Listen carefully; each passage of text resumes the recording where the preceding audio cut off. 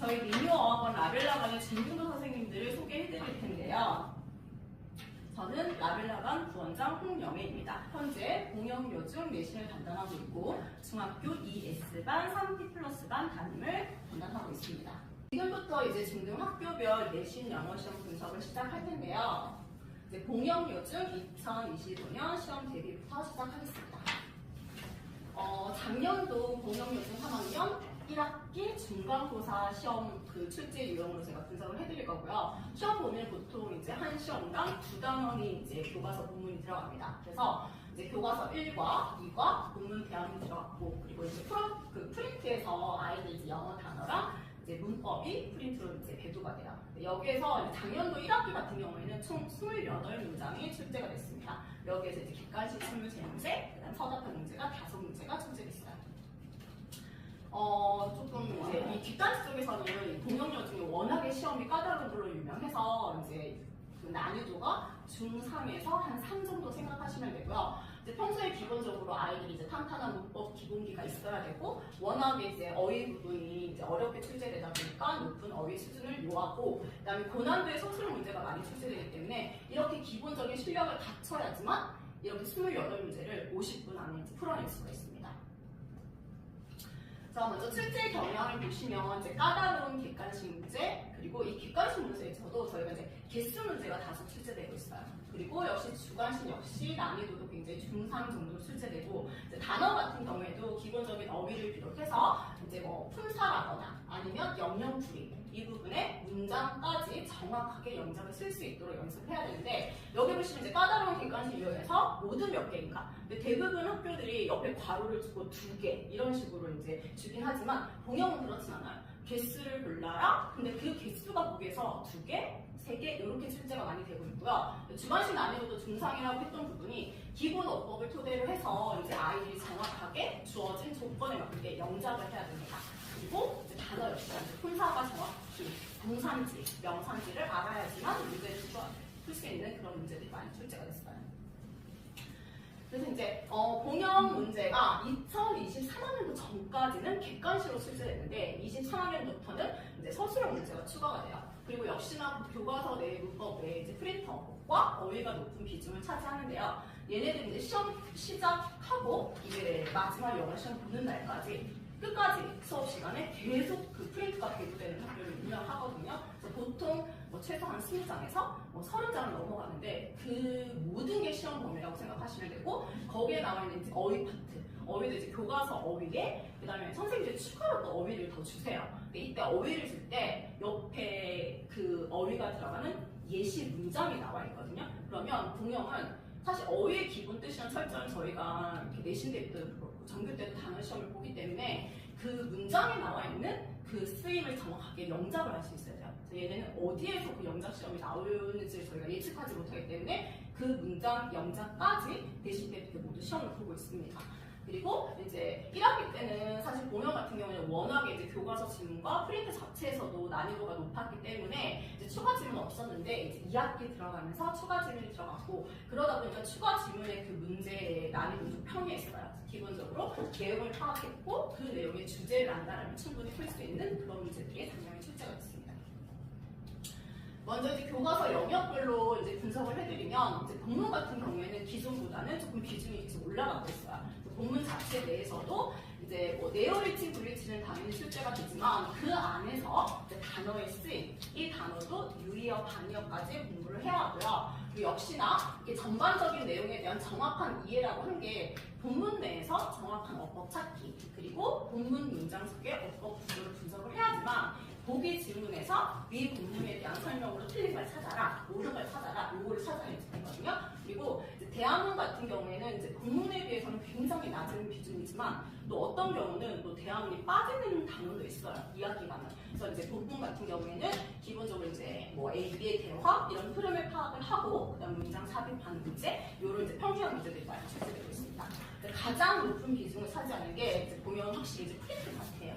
프린트에서 이제 영어 어휘, 교과서 어휘 플러스 선생님들이 이제 추가적으로 해주시는 그런 어휘 파트, 그리고 이제 어법 파트가 있습니다. 거기가 이제 작년도 1학기 때는 54% 정도가 출제가 됐는데, 아까 말씀드린 것처럼 얘네는 그 예문에서 기본적인 그 문장 활용 연습이 필요해요. 그래서 그 예문에 나와 있는 모든 문장을 저희가 이제 내신 테스트를 보고 영작 테스트, 거기에서 또 어법 테스트, 또 빈칸 테스트 이렇게 다 해야지만 뭐 어떤 경우는 시험에서는 이제 그 시험 보기 안에 5개 문장을 주고 빈칸에 들어가는 단어를 찾아라. 근데 보기가 다 영영풀이로 나와 있어요. 그러면 이 영영풀이의 뜻을 정확하게 알면 바로 시간 안에 그걸 체크해서 단어에 끼워 넣을 텐데 얘네가 영영풀이도 정확하게 공부가 안 됐다면 이 단어가 뭔지도 모르고 그리고 또 그 빈칸에 들어갈 단어를 또 명확하게 모른다면 또 흐름 파악이 안 되기 때문에 그러면 또 많이 오답을 이제 유도할 수 있는 문제들이고요. 그리고 이제 다양한 문법 개념 이해라고 했는데 이제 프린트 자체 내에서도 교과서의 문법을 제외하고 최소 문법이 4-5가지가 공용 추가가 돼요. 그러면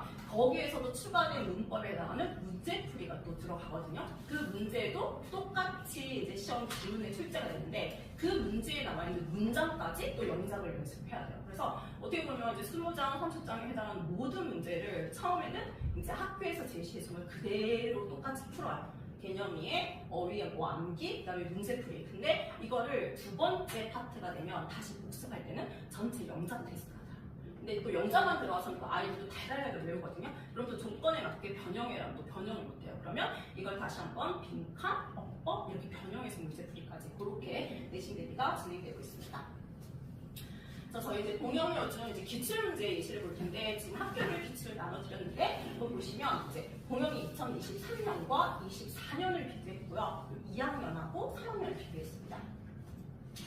사실 이제 공영은 기출 분석이 굉장히 중요한 게 공영 학교 선생님들의 특징이 있어요. 그래서 23년 기출과 24년 기출이 이제 웬만한 이제 뭐 어법 문제라거나 본문 지문에 대한 문제는 거의 비슷한 유형으로 출제가 됐다라면 이제 24년도 넘어가면서 이제 어휘 파트나 이제 어법 파트에서 이제 고르기 이 부분에서 이제 보기가 좀 개수 문제를 조금 난이도를 높였어요. 그래서 기존에 이제 뜻만 안다면 아이가 문장 안에서 단어를 정확하게 찾을 수 있는지 없는지 요걸 파악했다면 24년도에서는 이 문장 하나하나에서 이 단어의 쓰임과 그리고 이 단어가 정확한 품사로 쓰였는지까지 찾아야 되고 사실 어떻게 보면 50분에 이 서술형까지 28문항을 풀 때 이 한 문제는 1분 뭐 최대 한 30초까지 넘어가면 안 되거든요. 그러면 바로바로 이걸 체크해서 푼다고 해도 최소 1분이 넘으면 안 돼요. 그러니까 여기서 이제 옳고 그름을 찾아서 이제 개수 찾기 이렇게가 출제가 되고 이제 또 아까 질문 같은 경우 이제 평이하게 출제되는 게 얘는 교과서 변형이 많지는 않아요. 많지는 않은데 이렇게 삽입 문제 아니면 순서 배열 문제로 해서 이제 똑같은 패턴으로 출제가 됐습니다.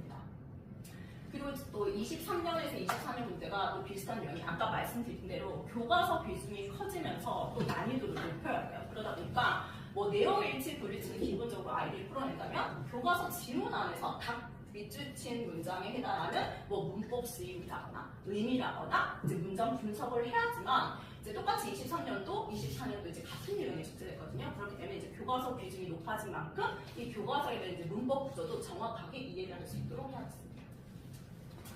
자, 그리고 이제 당해년도에 해당하는 이제 문법 이제 문제가 출제된 부분인데 대부분은 이런 경우 이제 프린트에서 거의 대부분 100% 출제가 돼요. 그래서 똑같이 이제 뭐 과거 완료에 뭐 용법이 같은 표현 찾아라 이런 식으로 이제 23년, 24년 같은 유형 출제됐고 또 똑같이 이제 본문에 해당하는 이 starting이라는 단어가 이제 현재 분사인지 동명사인지 구별하는 문제예요. 그래서 이제 교과서에 정확하게 얘가 현재 분사인지를 알았다. 그러면 또 이 보기 지문 안에서 이제 이게 동명사인지 현재 분사인지를 구별해서 그리고 요걸 또 공용 특징이 있는 대로 모두 골라라. 이제 A, B, C, D가 예를 들어 답이었다면 내가 사실 이 C는 정확히 모르겠다. 그러면 이 C 하나 때문에 이 보기에서도 체크를 잘못하면 또 오답을 또 유도할 수 있고 사실 배점이 공용을 보시면 이게 다른 학교들 대부분 4점, 3점 이렇게 나와요. 근데 공용은 어떻게든 문제를 좀 많이 출제하면서 쪼개기를 많이 하거든요. 그래서 뭐 2.9, 3.6, 최고 점수가 3.9, 3.3 이렇게 나와서 사실 아이들이 조금 어떤 아이들은 문제가 3개 틀렸는데도 2점대를 틀려서 90점대가 나오는 애들이 있고 또 어떤 아이들은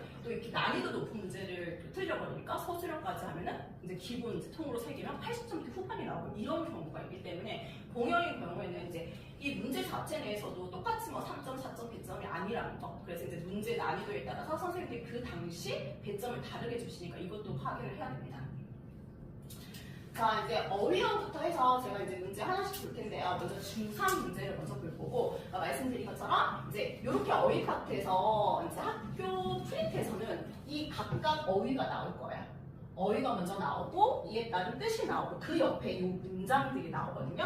여기서 올바름을 모두 몇 개 있습니다. 첫 번째 같은 경우에는 호텔은 아름다운 위치에 있다. 그럼 우리가 이제 장문을 할 때 영어 같은 경우에 보통 주어 동사 다음에 이제 관사, 그 다음에 이 아이를 쓸 때 이제 관부, 혁명 형태로 많이 씁니다. 그러면 이제 위치할 때는 우리가 보통 이제 위치 나타내는 장소의 정수를 쓰기 때문에 in a beautiful location 이렇게 했을 때 아름다운 위치. 그러면 이때는 이제 형용사 다음에 명사일 테니까 얘는 맞아요. 그 다음 이제 두 번째입니다.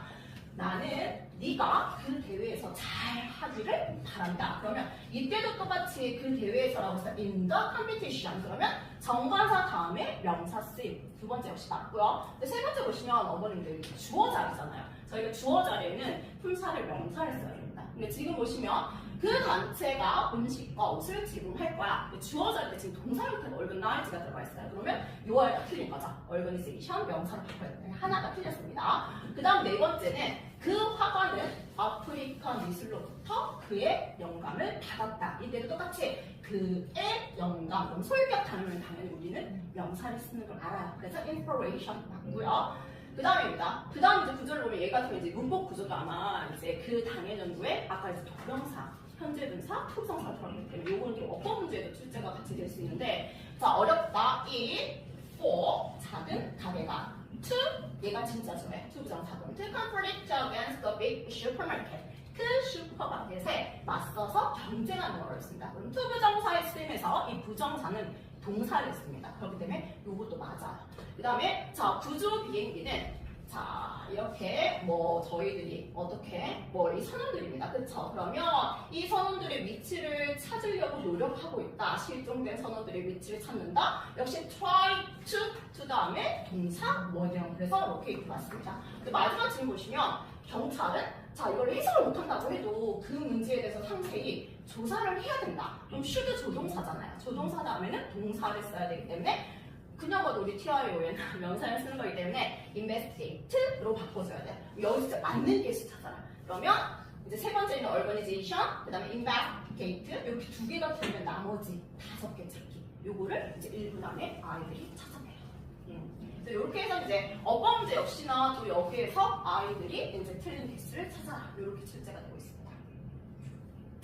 그다음에 세 번째 이제 서술형 문제를 볼 텐데요. 아까 말씀드린 것처럼 얘네들은 이 서술형이 뭐 조건도 이제 물론 주긴 하지만 이게 어디에서 출제될지 모른다는 게 사실 이 질문을 제가 이제 봉영을 제가 계속 했기 때문에 이 질문이 프린트 어딘가에서 나왔어요. 그래서 정말 실제로 저희가 이제 90점 후반 100점 맞는 친구들이 거의 대부분 맞췄고 요거 사실 거의 대부분 틀렸거든요. 아이들 감점이. 그래서 여기 보시면 4점입니다. 부분 점수도 없고 그래서 이제 그 프린트에 나왔던 건 이 bring about 하는 cause랑 뜻이 같다 유의어로 나오면서 거기에 있었던 하나의 예문이었어요. 근데 이제 여기 보시면 그 새로운 정책, 정부 정책들은 근데 여기서 정책들을 복수로 써라. 그러면 government policies,까지 먼저 써야 되고 그 다음 경제의 긍정적인 변화들을 야기시킬 것으로 예상된다. 여기서 이제 수동형으로 나왔습니다. are expected to. 그 다음에 야기시키다. 그래서 요게 우리 단어가 이제 cause, bring about. 그래서 이제 bring about 이 아이가 쓸 수 있는지. 근데 얘만 사실 알면 틀리는 거죠. 왜냐면 이거를 이제 복수형 텐지 또 단수를 쓰면 또 틀리기 때문에 여기 이제 bring about까지 써주고 마지막 경제의 긍정적인 변화들 역시 똑같습니다. 복수를 써라. 그러면 positive changes 경제에 indeed economy까지 써야지 완벽하게 4점. 그래서 애들이 대부분 bring about, cause 뭐 이런 식으로 외웠기 때문에 여기도 단어는 다 채워요. 근데 나머지도 사실 policy 단어 알거든요. 모르진 않지만 복수형이네 이러면서 이제 애들이 헷갈려서 여기서 이제 아예 부분 점수 없어서 그냥 4점이 감점 이렇게 되는 경우가 있었습니다. 이제 중학교 2학년 문제인데요. 작년 이제 봉영 2학년은 서술형이 출제가 안 됐어요. 객관식만 출제됐지만 1학기 중간은 객관식만 출제됐지만 또 기말로 이제 넘어가서 서술형이 또 추가되거든요.